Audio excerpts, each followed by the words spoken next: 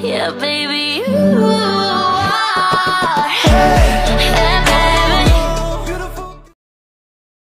Welcome back. আশা করছি আপনারা সকলে ভালো আছেন। তো এই ধরনের যে ভিডিওগুলো সেটা হচ্ছে আপনি যে কোনো নর্মাল ভিডিও এডিটিং করতে পারবেন।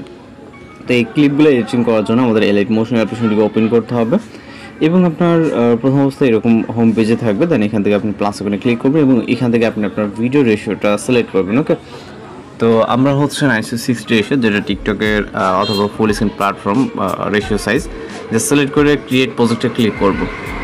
এরপর আমি একটা ভিডিও ক্লিপ অ্যাড করবো, এর জন্য প্লাস আইকন, তারপর হচ্ছে মিডিয়াতে একটা ভিডিও ক্লিপকে জাস্ট সিলেক্ট করব। সিলেক্ট করে আমরা যদি প্লে করি, যদি এর সাথে মিউজিক আছে, তো জাস্ট ভিডিওটি এরকম নর্মাল। ওকে, আপনি যে কোনো ক্লিপ অ্যাড করতে পারবেন এখানে। তো জাস্ট এখন এটা এখানে আমরা যেটা প্লে করলাম এটাতে কিন্তু এই ধরনের কোনো ইফেক্ট অ্যাপ্লাই করা নাই। ওকে, তো এখন আমাদের কাজ করতে হবে, আমরা চলে যাবো স্টার্টিং পয়েন্ট অথবা যে কোনো একটা পয়েন্টে যাবেন। আমি প্রথম থেকে কিছুটা কাট করে নিচ্ছি। ওকে, এইখান থেকে ভিডিওটা যদি স্টার্টিং এখান থেকে, সেক্ষেত্রে আমি স্টার্টিংয়ের থেকে এই কাজটা করি। ওকে, তো যে কোনো একটা পজিশনে আমি এই পজিশনটা থেকে নিচ্ছি, পরে আপনি লেয়ারগুলোকে অ্যাডজাস্ট করে নিতে পারবেন। তো এই যে নিচে একটা প্লাস এখন দেখতে পাচ্ছেন, এখানে ক্লিক করবেন। এরপর হচ্ছে শেপ নেবেন একটা, এই যে এইগুলো শেপে সিলেক্ট থাকবে, যে কোনো একটা শেপ নেবেন, নেওয়ার পর এটাকে ফুল স্ক্রিন করবেন এবং এইটার যে কালার ফিলে চলে যাবেন এবং হোয়াইট কালারটাকে সিলেক্ট করবেন। ওকে, দেন এখান থেকে ব্যাক করবেন, ইফেক্ট অপশনে চলে যাবেন, অ্যাড ইফেক্টে চলে যাবেন। দেন এইখান থেকে জাস্ট সার্চ অপশনে টাইপ করবেন কপি। ওকে, জাস্ট COPY কপি লিখলেই চলে আসবে সার্চে, কপি ব্যাকগ্রাউন্ড। ওকে, জাস্ট এটা ক্লিক করবেন, স্ট্যান্ডার্ড সেটিংয়ে ক্লিক করবেন। সেম একইভাবে এখান থেকে ব্যাক করে আবারও হচ্ছে ইফেক্ট অপশন, অ্যাড ইফেক্ট, এখান থেকে দ্বিতীয় একটি জাস্ট GU লিখে গর্জিয়াস ব্লার। ওকে, তো জাস্ট আমাদের এটাকে সার্চ করলে এখানে দেখবেন যে এখানে চলে আসবে। ওকে, তো এখান থেকে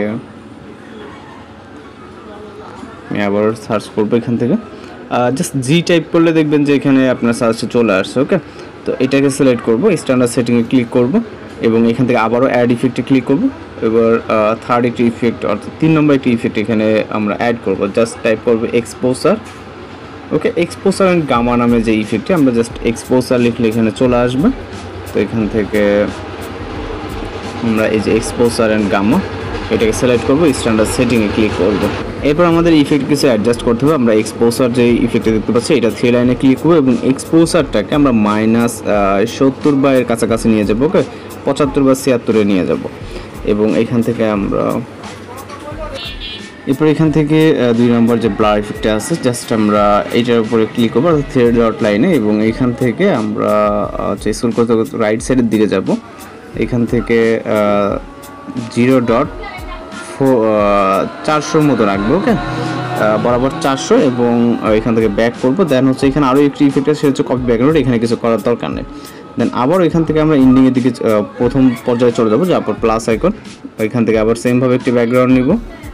নেওয়ার পর এখান থেকে কালার অ্যান্ড ফিল সেমভাবে একইভাবে হোয়াইট একটি ব্যাকগ্রাউন্ড নিব।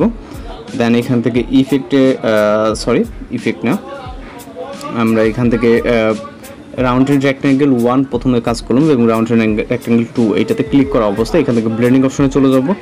দেন এখান থেকে আমরা কন্ট্রাস্টে চলে যাব, যাওয়ার পর এখান থেকে ওভারলেটাকে সিলেক্ট করে দেবো। ওকে, ওভারলেটাকে সিলেক্ট করে দেওয়ার পর এখান থেকে আমরা ব্যাক করব। দেন এখান থেকে রাউন্ডেড রেক্ট্যাঙ্গেল 1 যে লেয়ারটা আছে, ওকে, যেটাতে প্রথম কাজ করলাম এটাতে ক্লিক করব।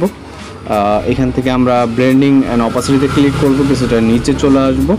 এখান থেকে রিফারেন্স অপশনে ক্লিক করে এখান থেকে সাবট্রাক্টটাকে ক্লিক করে দিব। ওকে, দিলে কিন্তু দেখতে পাচ্ছেন আমাদের ভিডিওর যে লুকটা, এটা আমাদের পূর্বের ভিডিও, জাস্ট আমি এতটুকু দেখানোর জন্য রাখছি এবং এইখানে দেখেন ওকে কতটা চেঞ্জেস এবং এটা আবার পূর্বের মতো।